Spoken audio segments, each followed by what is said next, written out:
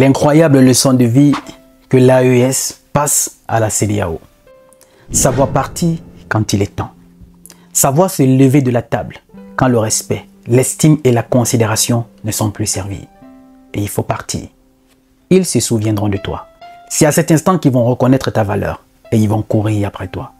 C'est justement ce qui se passe en ce moment entre la CEDEAO et l'AES. Le fusil a changé d'épaule.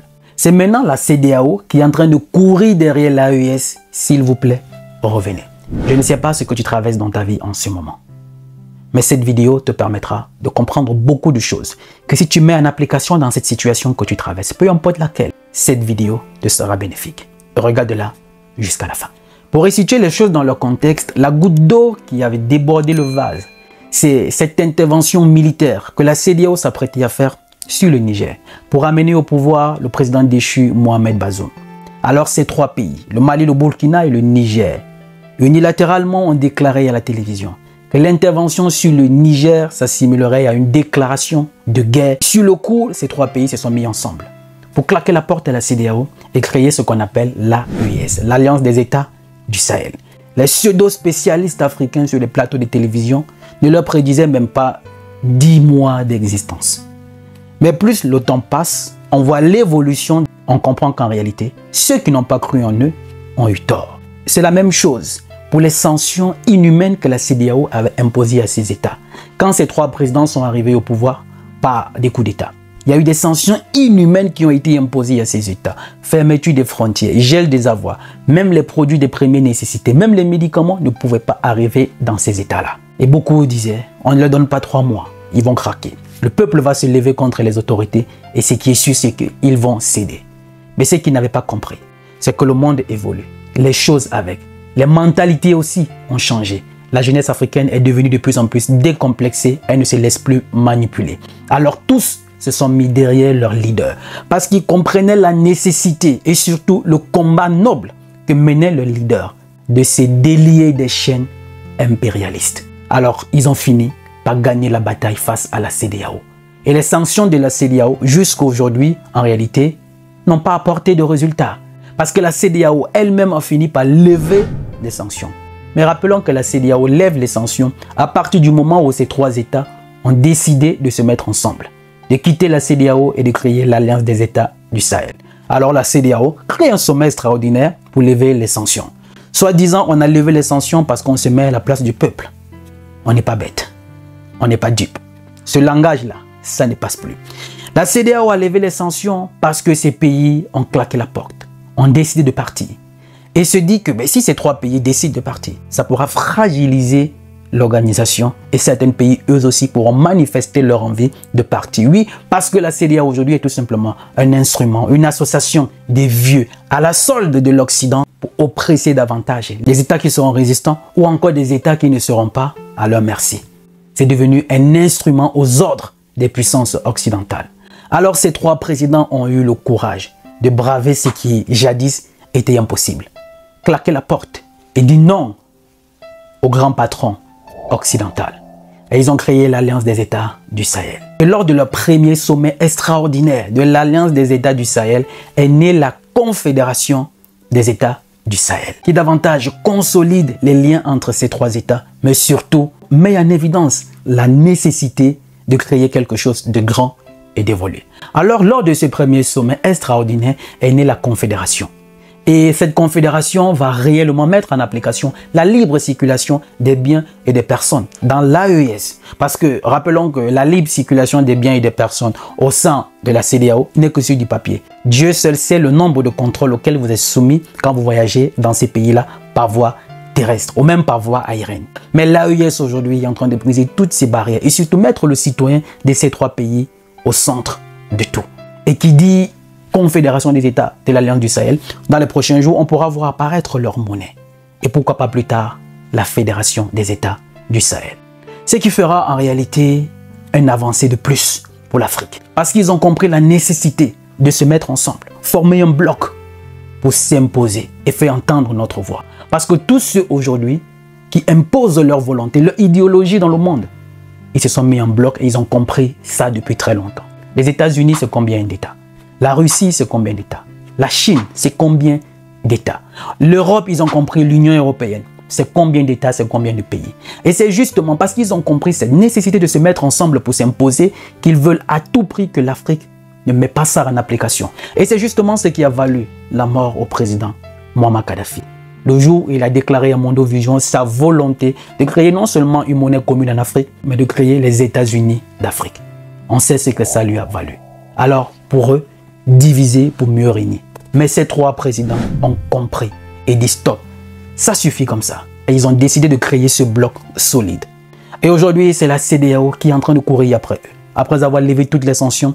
Aujourd'hui, lors de leur dernier sommet, parce que rappelons que le sommet extraordinaire, le premier sommet de l'AES s'est tenu un jour avant le sommet de la CEDEAO. Et lors du sommet de la CEDEAO, il était question de tout faire pour ramener ces trois pays au sein de l'organisation ouest-africaine. Ce qui est d'ailleurs trop tard, parce que lors du sommet de l'AES, cela a été mentionné. Le retour dans la CEDEAO est quasiment impossible. Je ne sais pas ce que tu traverses dans ta vie. Savoir partir quand il est temps. C'est en partant que tu te feras respecter. C'est parce que tu vas claquer la porte qu'on va reconnaître ta valeur. Savoir te lever de la table quand le respect, l'estime et la considération ne sont pas servis. Nombreux sont ceux qui subissent certaines choses aujourd'hui dans les positions qu'elles occupent ou dans les relations dans lesquelles elles sont, ou je ne sais pas dans ce que tu traverses en ce moment. Ton mariage, ton boulot, la relation, peu importe laquelle. Tu subis tout le temps l'humiliation, les insultes et tout ceci te fait souffrir au quotidien. Tu as bel et bien envie de partir, mais tu as peur. Tu as peur parce que tu te dis que ta vie dépend de ces personnes-là. Tu as peur parce que tu penses que ces personnes-là sont indispensables à ta vie. Mais la réalité est qu'ils ne t'apportent rien. Si ce n'est que souffrance, misère, pleurs, tristesse au quotidien. C'est justement parce que tu vas briser cette barrière, claquer la porte et t'en aller, qu'ils vont se souvenir de toi. Et c'est en ce moment, en réalité, qu'ils vont reconnaître ta valeur. Et c'est justement ce qu'a fait ces trois États. La CEDEAO a passé le temps à les artificier avec des sanctions qui n'existaient même pas. Parce qu'ils étaient quoi? À la solde des puissances occidentales. On a vu ici Emmanuel Macron prendre la parole à Mondovision et dire « Je viens d'instruire le président ghanéen Nana Akufo-Addo de prendre immédiatement des sanctions contre le Burkina. » Il n'est pas président d'un pays africain. Son pays n'est pas membre de la CEDEAO. Mais il instruit un autre président de prendre les sanctions contre un autre président africain. Et c'est justement ce qui a fait que notre Afrique soit dans la situation dans laquelle elle est. Ce ne sont pas les Occidentaux qui sont venus ôter la vie à nos leaders, à nos panafricains, à nos parents. Ils ont tout simplement instrumentalisé les nôtres. Et on a passé le temps à s'entretuer entre nous. Mais ces trois présidents sont en train de dire « Stop, ça suffit comme ça. Il n'est plus question qu'on se fasse manipuler. Il faut bien qu'on fasse de l'Africain et de notre Afrique la priorité. Et ceci, il faudrait comprendre la nécessité de se mettre ensemble et exclure du milieu de nous tous ceux qui dépendent ou qui mettent dans leur tête que sans l'Occident, sans le maître occidental, ils ne pourront pas prendre le envol. Ils ont compris ceci. Je ne sais pas ce que tu traverses. Brise cette barrière de ta tête. C'est justement un problème psychologique parce qu'ils t'ont laissé déjà enraciner dans ton esprit que sans eux, ta vie n'aura pas de valeur. Mais c'est faux. Rappelle-toi très bien, avant que tu ne rencontres cette personne, avant que tu ne te maries avec cette personne, avant que tu ne te mettes dans ce boulot, que tu ne commences ce travail, tu avais une vie, tu étais heureux, tu étais épanoui. Tu n'avais jamais planifié dans ta tête que tu rencontrerais cette personne, que tu allais te marier avec elle. Tu n'avais jamais planifié que tu allais peut-être rencontrer ce boulot. Et aujourd'hui que tu es dans ce boulot, tu es avec cette personne, tu t'es marié à cette personne, les choses ne marchent pas comme tu aurais voulu. Tu continues d'insister, pleurer davantage, souffrir au quotidien. Regarde comment tu as fané. Tu penses que ta vie n'a plus de valeur. Mais non, ta vie n'a plus de valeur parce que tu es dans cette situation. Et c'est justement les pays de l'Alliance du Sahel allaient droit dans un mur parce qu'ils étaient au sein de cette organisation qui n'était pas là pour les aider, mais pour les artificier davantage. Pour preuve, comme par hasard, il y a une force en attente qui était prête à intervenir sur le Niger pour amener au pouvoir Mohamed Bazoum. Mais cette force en attente était quasiment inexistante quand les populations de ces pays se faisaient massacrer par les terroristes. Où est la solidarité que prône cette organisation sous-régionale? Ça n'existe pas. Aie ce courage de claquer la porte quand il est temps. C'est parce que tu vas te lever de la table où tout le temps tu ne subis que humiliation, pleurs au quotidien, tristesse, que tu partiras, qu'ils vont se souvenir de toi, qu'ils vont te respecter. Et c'est justement ce qui se passe en ce moment avec la CEDEAO. Depuis qu'ils ont décidé de claquer la porte, la CEDEAO a désigné comme facilitateur le nouveau président élu du Sénégal, Diomaye Faye, comme facilitateur pour amener les États de l'Alliance du Sahel au sein de la CEDEAO. Mais il est trop tard. Aujourd'hui, c'est la CEDEAO qui court derrière l'AES à les faire revenir.